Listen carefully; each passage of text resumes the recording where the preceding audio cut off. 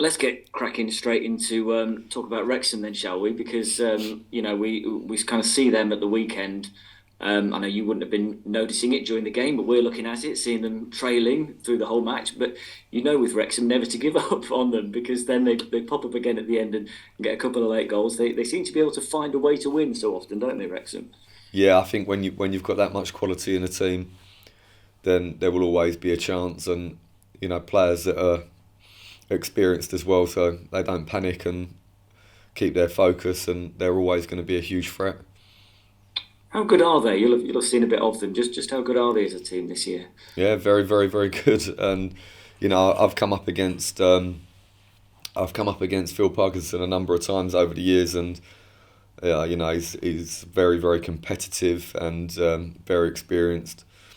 The team reflect that on the pitch. They're like you said, they're always in the game, and they're full of quality, and they are a very, very good team. And there's no getting away from that. Unfortunately, they're excellent. They've got excellent management staff that have been in the Championship and League One plenty of times and been successful. So we know what we're up against. But if we want to be taken seriously, we have to turn up and perform against everyone. As a manager, do you get a little bit envious of other clubs in the same division when they've got resources and money to that extent to spend on players? No, not when you have the setup that we have. We compete financially, but we also have a really good approach to everything as well. It's not just about paying players wages that are that are competitive for the level.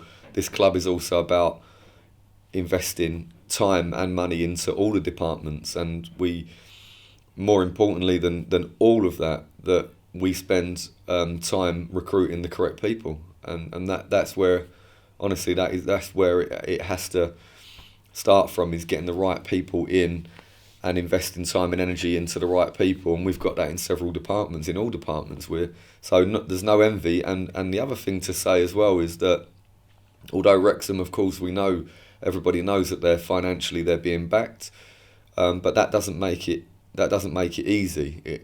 It helps you, of course, it helps you because you can attract the best players that are available for the level, and even one or two players that maybe can play at a higher level but find the overall package more appealing to go to the likes of Wrexham.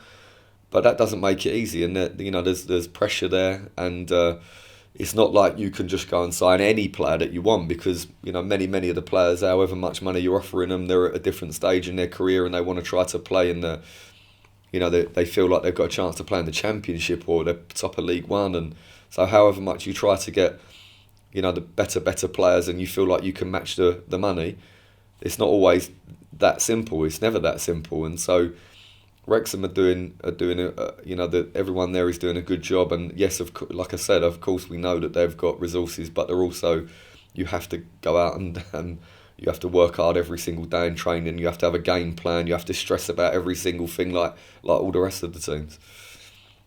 It's one of the things I guess that Wrexham have done. Stockport did it last year as well, and we've seen a fair bit of it. And I suppose Notts have got players like Matty Palmer, but what we're seeing is a number of players from high divisions, and not just even League Two, but League One. You see Paul Mullin, who has scored so many goals in League Two to get promoted, and then dropping down there. What impact has that had, do you think, on the National League? It's certainly made it harder to get out, hasn't it? Because you've got a number of teams at that top end who've got such quality players from one, two divisions higher. Yeah, and we're seeing that throughout football, because the Premier League is a global league, and increasingly the Championship is becoming a global league. Excuse me, my throat's sore.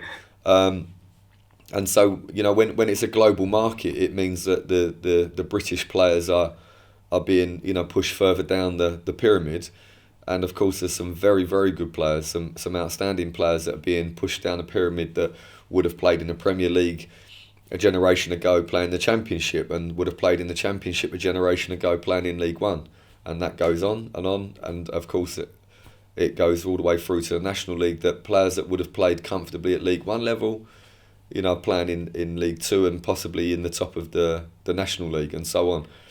And so I think it's fair to say that it's raised the standard. I haven't been in it too long, but I'm sure that people that have been watching the National League for a number of years would be able to give a better appraisal. But I'd be surprised if that's not the sentiment that the level has increased over the years, because the Premier League has increased and the knock-on effect from that.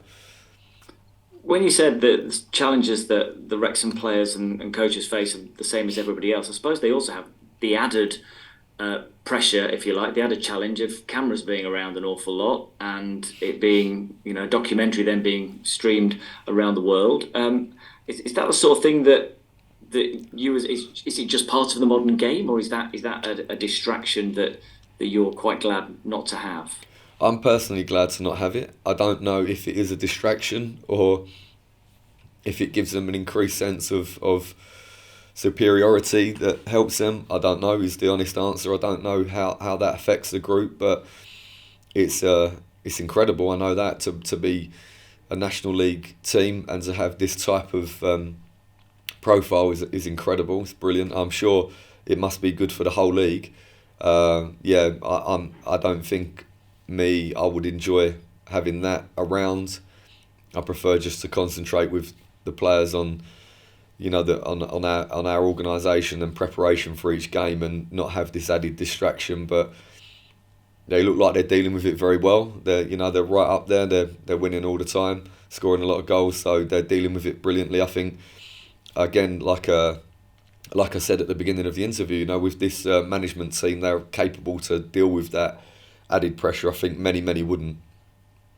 Yeah. Have you watched it, by the way? Have you watched the documentary? Yeah, fascinating, really good, very well made, very slick, as you'd imagine. There's not. I genuinely haven't watched it with her. Like, okay, let me see if I can pick up some, because they're clever enough to not. And if I need to look at the opposition, I can download the games from a platform that all the clubs can use, and we can watch every minute of every game. But purely just as an entertainment, because it's relevant to me, and it's been very interesting. Only that, it's just fun, interesting, and but like I say, there's no, I'm not looking there to try and pick up things and whatever. Just quite fascinated, really. And just finally, I mean, these are the games, aren't they, that are just great to be involved in.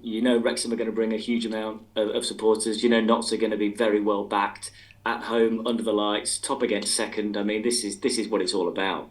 Yeah, absolutely. Yeah, it's definitely, and I hope that we can make the fans really proud of the team. I really do. I hope they can be proud of us and feel like we came out all guns blazing and was ready for this type of game, rather than anything else that would be disappointing. But I've got no doubt in the squad of players. I'm sure they're up for it and that they're gonna put on a good performance for sure. The result, I don't know. I wish I could tell everyone the result now, but no.